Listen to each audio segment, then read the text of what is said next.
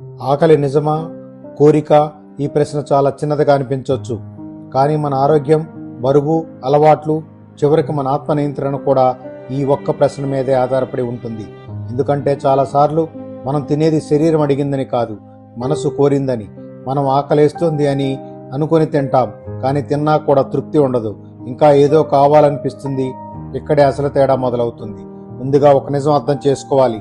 ఆకలి శరీరం నుంచి వచ్చే సంకేతం, కోరిక మనసు నుంచి వచ్చే సంకేతం. ఆకలి అంటే శరీరానికి ఇంధనం కావాలి, కోరిక అంటే మనసుకు ఉపశమనం కావాలి. ఆకలి నెమ్మదిగా వస్తుంది, కోరిక ఒక్కసారిగా దూకుతుంది. ఆకలి తినాలి అంటుంది, కోరిక అదే తినాలి అంటుంది.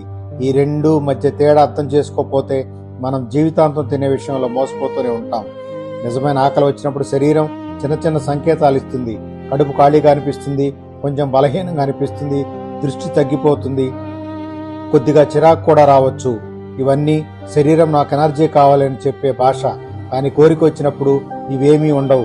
కోరిక వచ్చినప్పుడు మీ మనసులో ఒక స్పష్టమైన చిత్రం వస్తుంది. ఇప్పుడు బిర్యానీ తినాలి, ఇప్పుడు చాక్లెట్ కావాలి, ఇప్పుడు కారం కావాలి, ఇప్పుడు టీ కావాలి అని. ఇది కడుపు కాదు, నాలుక మాట్లాడుతుంది, శరీరం కాదు, మెదడు డిమాండ్ చేస్తుంది. ఇక్కడ ఒక సింపుల్ కానీ పవర్ఫుల్ పరీక్ష ఉంది. మీకు తినాలనిపించినప్పుడు ఒక సాధారణ ఆహారం ఊహించండి. అన్నం, పప్పు, రోటీ, కూర, ఉడికిన కూరగాయలు, గంజి లేదా పండు. ఇవి తినడానికి నేను సిద్ధంగా ఉన్నానా అని మీరే మీకు అడగండి.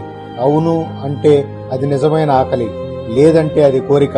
ఎందుకంటే ఆకలికి ఫ్యాన్సీ అవసరం లేదు, కోరికకే ఫ్లేవర్, రుచి, మసాలా కావాలి. కోరిక ఎక్కువగా ఎప్పుడు వస్తుంది అంటే మనం స్ట్రెస్ లో ఉన్నప్పుడు, బాధగా ఉన్నప్పుడు, ఒంటరిగా ఉన్నప్పుడు, బోరు కొట్టినప్పుడు, టెన్షన్ గా ఉన్నప్పుడు, లేదా అలవాటు వల్ల.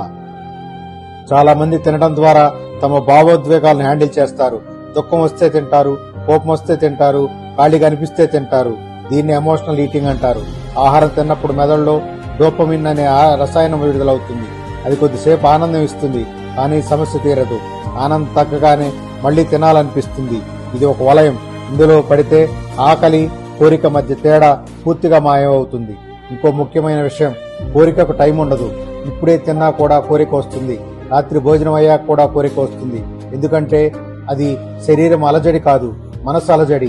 ఆ అలజడిని మనం తిండితో నింపాలని ప్రయత్నిస్తాం, కానీ మనసు అలజడిని తిండిని నింపలేదు, అది ఇంకా పెరుగుతుంది. అందుకే జంక్ ఫుడ్ తిన్నంత మాత్రాన సరిపోదు, ఇంకా కావాలనిపిస్తుంది. నిజమైన ఆకలి వచ్చినప్పుడు తినడం మొదలు పెట్టాక శరీరం నెమ్మదిగా శాంతిస్తుంది. కొంచెం తిన్నాకే తృప్తి వస్తుంది, మీరు ఆపగలుగుతారు. కానీ కోరిక వచ్చినప్పుడు తినడం మొదలు పెట్టాక ఆపలేరు. ఒక బిస్కెట్ తో మొదలై ప్యాకెట్ మొత్తం అయిపోతుంది, ఒక స్వీట్ తో మొదలై ఇంకోటి కావాలనిపిస్తుంది. ఎందుకంటే కోరిక తిండి కోసం కాదు, సెన్సేషన్ కోసం. అది నాలుకను, మెదడును తాకాలి. ఇక్కడ ఒక గోల్డెన్ రూల్ ఉంది, 10 నిమిషాల నిబంధన. మీకు తినాలనిపించిన వెంటనే తినకండి, 10 నిమిషాలు ఆగండి, నీళ్లు తాగండి, కొంచెం నడవండి, వేరే పని చేయండి. ఆ 10 నిమిషాల్లో ఆ తినాలనే భావన తగ్గిపోతే అది కోరిక. అది ఇంకా అలాగే ఉంటే, కడుపు ఖాళీగా అనిపిస్తే అది నిజమైన ఆకలి. ఆకలి తగ్గదు, కోరిక తగ్గుతుంది. ఇది చాలా ముఖ్యమైనటువంటి గుర్తింపు. ఇంకో విషయం, మనం చాలా సార్లు ఆకలి కాదు, అలవాట్ల వల్ల తింటాం. సినిమా చూస్తే పాప్కార్న్, ఫోన్ చూస్తే స్నాక్స్, ప్రయాణంలో టీ, ఇవన్నీ శరీరం అవసరం కాదు, మెదడు చేసిన లింక్స్. ఈ పరిస్థితి వస్తే ఆహారం కావాలి అని మనసు నేర్చుకుంది. దీన్ని కండిషనింగ్ అంటారు. ఇది గుర్తించగలిగితే మనం తినే విధానాన్ని మార్చగలుగుతాం. శరీరంలో నిజమైన ఆకలిని నియంత్రించే హార్మోన్లు ఉంటాయి.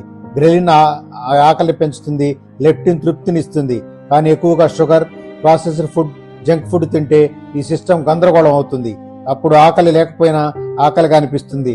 దీన్నే ఫేక్ హ్యాంగర్ అంటారు. ఇది ఊబకాయానికి, అలసటకు, ఆరోగ్య సమస్యలకు కారణం. చివరగా ఒక నిజం, ఆకలి శరీరానికి అవసరం, కోరిక మనసు చేసే మాయ. ఆకలిని గౌరవించండి, కోరికను గమనించండి. తినే ముందు ఒక్కసారి ఆగండి.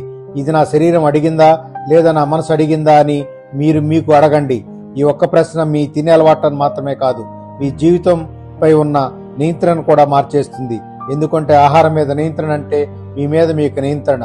అదే నిజమైనటువంటి ఆరోగ్యం.